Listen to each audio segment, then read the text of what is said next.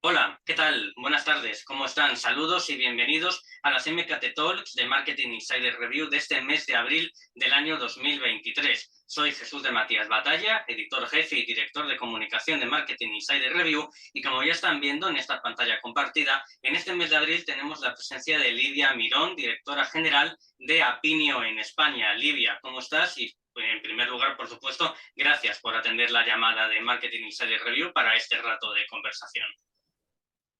Muchísimas gracias, Jesús. Es un placer estar aquí. Un saludo a todos los escuchantes de Marketing Insider. Apinio es una plataforma de recopilación de insights para realizar investigaciones de mercado y tiene presencia en más de 90 mercados en la actualidad. ¿Qué oportunidad o qué necesidad de mejora había en este campo de la investigación de mercados que Apinio ha sabido ver porque las demás empresas no lo ofrecían? Bueno, yo creo que más que una necesidad de mejora, había necesidad de un cambio de paradigma, había una necesidad de hacer las cosas de forma distinta. Ten en cuenta que cuando nosotros, bueno, cuando Apinio empezó, cuando el fundador de Apinio, Jonathan Kurfes, empezó con esto de la investigación de mercado y fundó la empresa, fue en 2014. Si te das cuenta, en 2014 ya existían las aplicaciones móviles, en 2014 ya existían las redes sociales, en 2014 ya teníamos a millones de personas por todo el mundo dando su opinión sobre diferentes tópicos, temas, marcas, ya existía Google Analytics. Y existía, por así decirlo, ese caldo de cultivo de gente que quiere dar su opinión, gente que quiere dar su información de forma gratuita en las marcas, a través de cookies, a través de redes sociales y a través de miles de otras plataformas. Sin embargo, el mundo de la investigación de mercado seguía muy anclado en el pasado y de hecho me atrevería a decir que en muchas ocasiones todavía sigue anclado en el pasado. ¿En qué consiste este cambio de paradigma que nosotros trajimos al mercado? En entender que no se podía seguir preguntando de la misma forma que se preguntaba antes, que no se podía seguir preguntando a través de los mismos canales que se preguntaba antes. Tú ten en cuenta, y seguro que tú te acordarás, Jesús, que a todos nos han levantado alguna vez en una encuesta telefónica en la hora de la siesta o nos han venido a la puerta de nuestra casa algunos del CIS en plan, oye, déjame, invítame a un café y déjame que te haga unas preguntas, ¿no? Bueno, esto está visto que son canales que son extremadamente tediosos para el encuestado. A la mayoría de las personas no le gusta contestar encuestas telefónicas. Esto genera un bias impresionante. Y luego es como que creo que la industria intentó modernizarse a través de la investigación online, ¿no? Y esto ya era como que, bueno, vamos a enviar emails a las personas a sus ordenadores en casa y vamos a llegar a un espectro más amplio. Bueno, creo que esto funcionó en los 2000, pero ya estamos en 2023 y la gente tiene ganas de contestar encuestas, creo que a través del dispositivo que a todos se nos viene a la cabeza, que es el dispositivo móvil, que es el que mejor nos conoce, es el que mejor se adapta a nuestra forma de querer comunicar nuestra opinión sobre diversos temas. Y esto es lo que trajo Apinio a la mesa, una aplicación móvil, una metodología de investigación mucho más ágil, mucho más amable para el encuestado, basada en la gamificación, basado en recompensar al encuestado porque éste nos dé sus opiniones a través de entretenimiento, a través de formatos amigables visualmente para él, eliminando estas preguntas que nunca acaban, interminables, con letra Times New Roman 12. Y bueno, creo que facilitándole la vida al encuestado, hicimos algo maravilloso que es mejorar muchísimo la calidad analítica. Es que esto tuviera un efecto en la calidad del dato que creo que ha sido verdaderamente el cambio de paradigma para los clientes, porque al cliente le da igual cómo yo haga las preguntas. El cliente lo que quiere es un dato bueno, un dato confiable, y eso solo llega si al encuestado le estás dando la oportunidad de decirte la verdad en su lenguaje y en su formato. Vamos a hablar precisamente del pasado y del presente de la investigación de mercado y de la influencia de las nuevas tecnologías en este ámbito. En la actualidad, la gestión de datos y de la información en tiempo real es un pilar fundamental en las estrategias, no sé si de todas las empresas, pero de las grandes seguro, y de muchas de ellas. ¿Cómo debe ser la recopilación de datos en la investigación de mercados para que se adapte de manera fiable a los requerimientos que piden las empresas hoy en día? Hay un refrán que dice: las prisas son malas consejeras, víseme despacio que tengo prisa. Es decir, cómo adecuar la investigación de mercado, que en principio puede ser que deba ofrecerse de manera sosegada o recapacitando sobre lo que se va a preguntar, teniendo en cuenta esta vida tan acelerada en la que queremos muchos datos y los queremos ya. Pues es buena pregunta y yo creo que es como diríamos, un two-way road, ¿no? O sea, por un lado, tenemos que tener muy en mente cuál es el objetivo que tienen los clientes a la hora de definir un proyecto de investigación de mercados. Yo creo que esto es fundamental. Y luego, por otro lado, tenemos que tener en cuenta al encuestado. ¿Por qué? Porque en el objetivo del proyecto del cliente nos va a dar muchísima información sobre el tipo de diseño que nosotros tenemos que hacer a la hora de entender cuál es el dato, cuál es el tipo de target al que queremos acceder para ese determinado estudio de investigación de mercado. Nosotros en Apinio tenemos una metodología que creo que es la que, vamos, creo que es la estándar, creo que es la que se está empezando a implementar también desde los grandes institutos y que es una metodología de investigación continua. Es decir, nosotros entendemos al encuestado como un ente en continua evolución, que un día piensa de una forma y le gustan unas marcas, pero otro día se adhiere a un nuevo canal y piensa de otra forma y le empiezan a gustar a otras marcas. Somos una suma de nuestros impactos y nosotros tenemos que estar como investigadores de mercado y como expertos metodológicos monitoreando esta evolución constantemente.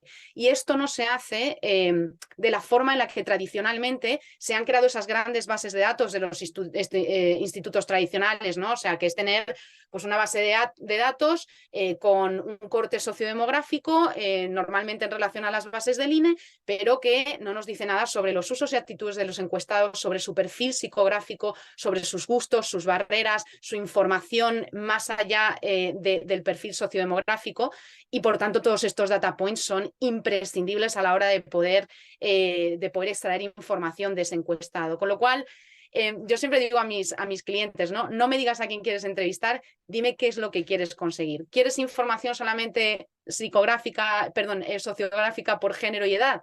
La podemos tener, es facilísimo, también te lo puede dar cualquier otro instituto de investigación. Pero ¿realmente quieres saber por qué la gente compra tu producto?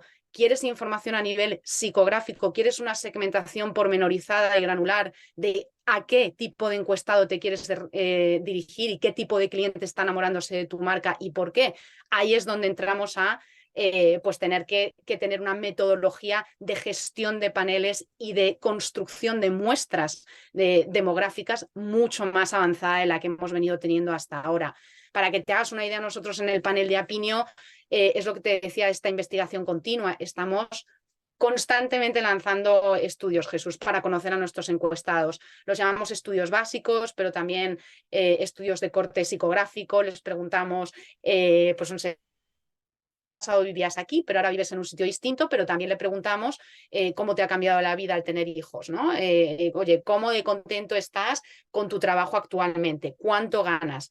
Y esto tiene que hacerse de forma relativamente periódica, porque la vida antes cambiaba quizás menos en muchos años y ahora la vida es un tropel, ¿no? Estamos cada día cambiando, un día trabajamos en un sitio, otro en otro, y el encuestado es mucho más dinámico. Lo has dejado caer un poco al inicio de la conversación. ¿Podemos decir que hay grandes cambios a día de hoy en comparación con hace 20 o 30 años en una investigación de mercado para cualquier empresa que quiera conocer a su público objetivo o hacer un análisis de precio? Es decir, ¿ha cambiado cómo se hace una investigación no solo por las herramientas tecnológicas que se usan, sino por cómo se hace una investigación como tal? Yo, ¿sabes lo que creo que ha cambiado, Jesús? Ha cambiado el cliente. Creo que el cliente ha cambiado muchísimo. Creo que antes la investigación de mercado era un lujo que solo era asequible para algunas empresas grandes, algunas macro corporaciones que hacían estudios a consumidor. Yo creo que hoy en día, si eres cualquier empresa, te hablo desde una startup hasta una SME, hasta una gran corporación, tienes que hacer investigación de mercado, porque está demostrado que el coste de oportunidad de no hacer investigación de mercado, de no hacer lo que tú estabas diciendo, ¿no? Un análisis de precio antes de lanzar un producto ya conocido o quizás no conocido al mercado, es un gran riesgo. Hay un coste de oportunidad grandísimo, tanto de los targets a los que no estamos llegando como de la información de ese target que no estamos recopilando. Entonces, lo que yo creo es que sí, la investigación de mercado ha cambiado en los últimos 20 años, pero sobre todo ha cambiado porque el cliente ya no puede seguir trabajando con, con el proveedor de investigación de mercado tradicional si siguen haciéndolo de la misma forma. ¿Por qué? Porque no tienen capacidad. Yo me encuentro con muchos clientes a día de hoy, Jesús, que pobrecicos, desde startups, pero hasta grandes corporaciones. Nosotros trabajamos con clientes de todo el mundo, desde Coca-Cola a McDonald's, a Burger King, lo que quieras.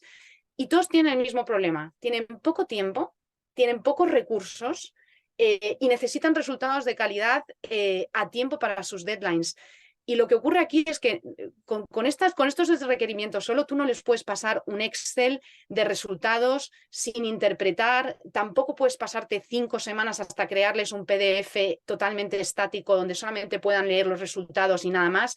¿Por qué? Porque entonces lo que ocurre es que estos insights se quedan en un solo departamento, que es el departamento o de investigación de mercado o el departamento de data analytics. Hoy en día esto ya no es posible. En las organizaciones la acción sobre los insights tiene que ser transversal. Nosotros cuando hacemos un estudio tiene que llegar al departamento de analítica, pero también tiene que llegar al departamento de marketing, de ventas, de finanzas, de logística. O sea, tiene que ser una source of truth que llegue a todo el mundo. Y esto es precisamente lo que ofrecemos con la plataforma de Appiño. Todos nuestros estudios están integrados con una plataforma interactiva de análisis que puede entender desde el Head of Data Analytics de Coca-Cola en Latinoamérica hasta mi sobrino de 15 años, Jesús. Ese es el verdadero poder y lo que yo creo que ha revolucionado la investigación de mercado en los últimos años. El acceso a la data accionable across toda la organización por todos los departamentos sin importar cuánta experiencia o sapiencia tengas en la investigación de mercados o en la ciencia de la data. Teniendo en cuenta esta pregunta, tu respuesta, la siguiente pregunta es: ¿son las propias innovaciones tecnológicas, es el propio desarrollo tecnológico actual el que está cambiando la manera de hacer encuestas? La mayor difusión de metaversos, el mayor uso de la inteligencia artificial, ¿está cambiando, tiene un impacto directo en cómo se hace una encuesta, en cómo se piensa en llegar a esa audiencia para hacerle una pregunta u otra, o no tiene nada que ver? Yo creo que hay diversas aplicaciones, ¿no? Yo creo que cuando estamos hablando de metodología cuantitativa por paneles, la inteligencia artificial es más una herramienta que se utiliza a posteriori en el análisis de la información. Por supuesto, también habrá modelos optimizados de preguntas, de cómo preguntar al encuestado. Ya estamos utilizando inteligencia artificial en la programación, en la conceptualización de análisis. Por supuesto que sí. Yo creo que la inteligencia artificial va a venir más aplicada a otros modelos de analítica, como el Big Data, como la analítica web, modelos de predicción, de prescripción de marketing prescriptivo, etcétera, donde ya se están utilizando soluciones de inteligencia artificial. A mí, si me preguntas cómo utilizaría a día de hoy yo la inteligencia artificial dentro de mis análisis, dentro de mi investigación cuantitativa, es sin duda como una herramienta on top del stack de servicios que yo ya tengo para automatizar toda la parte de reporting, es decir, conseguir juntar varias data sources conjuntamente con la mía, que es una parte de analítica cuantitativa, para poder crear análisis contextuales, ¿no? O sea, poder extraer conclusiones que tengan en cuenta no solamente mi fuente de datos, sino que tengan también todo el resto de idiosincrasia que pueda estar dándose alrededor de un determinado objeto de investigación. En cuanto a la inteligencia artificial, yo creo que tiene todo el futuro en nuestro sector. Yo creo que nosotros, como, vamos, toda persona que se dedique a los datos y toda persona que trabaje con clientes que quieran accionar insights y accionar conocimiento, va a utilizar la inteligencia artificial y en nuestro caso en Appiño lo estamos ya integrando de varias formas, como te decía, desde la fase de conceptualización y programación de los estudios para agilizar toda esa parte. También en la parte de accomplishment del encuestado, puesto que nosotros trabajamos con algoritmos de inteligencia artificial que nos ayudan a saber, por ejemplo, qué encuestados pues han contestado varias veces a una pregunta o, por ejemplo, identificar bogus respondents, ¿no? O sea, qué encuestados, por ejemplo, tienen preguntas que no están alineadas o que son incoherentes las unas con las otras, ¿no? Para ver si nos están intentando mentir o si puede ser una cuestión de que haya cambiado el perfil. Y luego, por otro lado, en todo lo que te decía, en el stack de servicios, automatización de reporting, automatización de análisis de datos e incluso ayuda para las presentaciones, PowerPoints, tabulación. Para todo eso la inteligencia artificial va a venir pegando fuerte, pero para nada como una amenaza, sino al contrario, como una herramienta que añade valor. A la hora de hacer una investigación hay varios binomios, calidad versus cantidad, estudio cuantitativo versus estudios cualitativos. No sé si esto es una percepción únicamente mía, tú me puedes y nos puedes contar algo más allá de esto. Parece que a día de hoy nos estamos quizás olvidando de la importancia de la calidad de la información en detrimento de la cantidad de la información. Parece que cuando hablamos de Big Data, de análisis de grandes datos, hacen falta sí o sí muchas cantidades de datos, en detrimento de, bueno, tendré que saber qué hacer con los datos, cómo leerlos, si son datos de buena calidad o no. ¿Cómo se puede enseñar desde la investigación de mercados, aunque sea en real time, aunque sea en tiempo real y se tarde poco tiempo en gestionar todos estos datos, a valorar la calidad de los datos y la calidad de la información sin tener en cuenta solo tener muchos datos como tal? Es una pregunta súper importante y yo creo que esto es algo que tiene que estar en la mesa de los clientes antes de lanzar cualquier proyecto de investigación de mercado. Es decir, ¿existe el dato malo en investigación cuantitativa, el bogus responde dentro de una encuesta, o existe el dato malo dentro de la analítica web o la analítica de Google que tenemos todos los días? Por supuesto que puede haber fallas en la recopilación de un dato o en lo que sea. Pueden pasar miles de cosas. En cuanto a lo que tú me estás preguntando, creo que el dilema es doble, ¿no? O sea, los clientes tienen que preguntarse qué nivel de calidad le exigen a ese dato, ¿no? O sea, porque yo creo que cuando alguien está haciendo social listening, que no es ni más ni menos que como scrollear la web en busca de opiniones diversas, de opiniones totalmente dispersas, no correlacionadas sobre un tema en concreto, tenemos que saber para qué queremos utilizar esa información. ¿Esa información es representativa de un segmento de la población o vamos a poder tomar decisiones accionables a largo plazo y con consecuencias económicas que sean relevantes para nuestro presupuesto, para nuestra cuenta de resultados y ganancias a lo largo del año? Tenemos que saber para qué queremos utilizar esa información. Es decir, el social listening es una herramienta que tiene un caso de uso concreto. La investigación cuantitativa o las encuestas de investigación de mercado, como las que hacemos en Apinio, tienen un uso concreto también. Que pueden ser complementarios herramientas como la del social listening, que también, ¿no? O sea, pues puedes entrevistar a 1 millón de encuestados en un día. ¿Puede ser válida esta información? Sí, puede serla, dependiendo de para qué. Ahora, yo jamás intentaría medir la notoriedad de una marca o intentaría hacer un análisis de competidores con un social listening. Sin embargo, estos son metodologías o estos son casos de uso que son altamente recomendables en el mundo de la investigación de mercado cuantitativa. ¿Para qué puedes utilizar un social listening? Oye, pues de pronto para medir pues tu estrategia de canales, ¿no? O sea, de dónde en qué canales, por ejemplo, está la gente pues que, no sé, que mira más ropa online, o no sé, medir un poco la conversación social, de qué se está hablando en Facebook, de qué se está hablando en Twitter. Para estas cosas a mí sí que me parece que está bien el social listening, pero yo como tal creo que no hay data que sea quick and dirty. Yo creo que cada metodología tiene su parte de robustez y tiene su parte de coherencia con su caso de uso, pero hay que saber para qué estamos utilizando cada metodología y estar seguros de que el caso de uso para la que lo utilizamos es el caso de uso de esa metodología en concreto. Hemos tratado de dar un mapa general de cuál es la actualidad, de cómo se hace investigación de mercados, de cómo utilizar las nuevas herramientas y las nuevas tecnologías que están influyendo sí o sí y tratando y dando muchas diferencias con respecto a cómo se hacía una investigación hace 15 o 20 años. Y para finalizar esta conversación me gustaría que lanzaras una reflexión sobre el mundo de la investigación de mercado o sobre el marketing en general. Estamos actualmente viviendo una realidad de la que parece que cada nueva tecnología es disruptiva, que cada nueva tecnología que aparece lo va a cambiar todo. Se habla a día de hoy de cómo lo que está surgiendo en inteligencia artificial va a quitar puestos de trabajo en 10 o 15 años antes de que realmente estas herramientas estén totalmente asentadas, que ya sean una realidad fiable en el uso en el día a día de cualquier compañía. La reflexión que me gustaría que lanzaras, como digo, investigación de mercado o en marketing en general, como tú quieras, es falta sosiego a la hora de analizar el futuro, porque parece que cada nueva tecnología lo va a cambiar todo. Nos estamos adelantando con estas nuevas tecnologías a lo que realmente va a pasar por esta necesidad de tener información ya a día de hoy de manera rápida. Estamos perdiendo ese sosiego, esa reflexión en detrimento de la inmediatez en el mundo actual?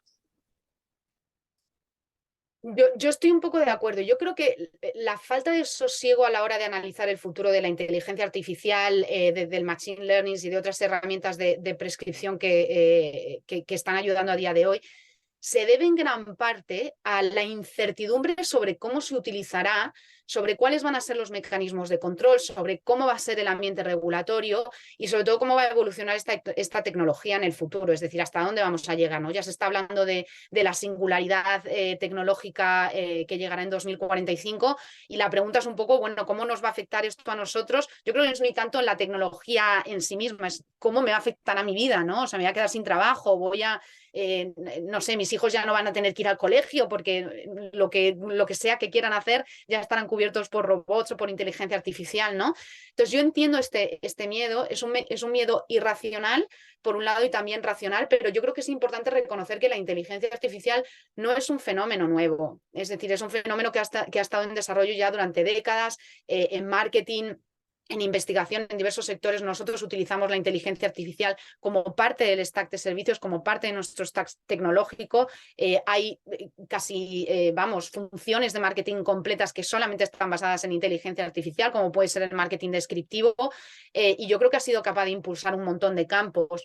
En cuanto al impacto en el empleo, a ver, creo que falta sosiego, creo que también es importante abordar este tema con precaución, considerar todos los factores en juego. Por ejemplo, la automatización puede ser una solución para reducir la carga de trabajo en tareas repetitivas, en tareas tediosas que a día de hoy son robóticas, que no añaden ningún valor. Y esto, de hecho, va a permitir que las personas puedan dedicar su tiempo y energía a trabajos que son más creativos, más gratificantes, que añaden más valor a partes donde la inteligencia artificial no va a llegar, ¿no? O sea que yo creo que, aunque lo entiendo perfectamente porque yo soy la primera, lo mejor es no dejarnos llevar por la ansiedad o por el temor.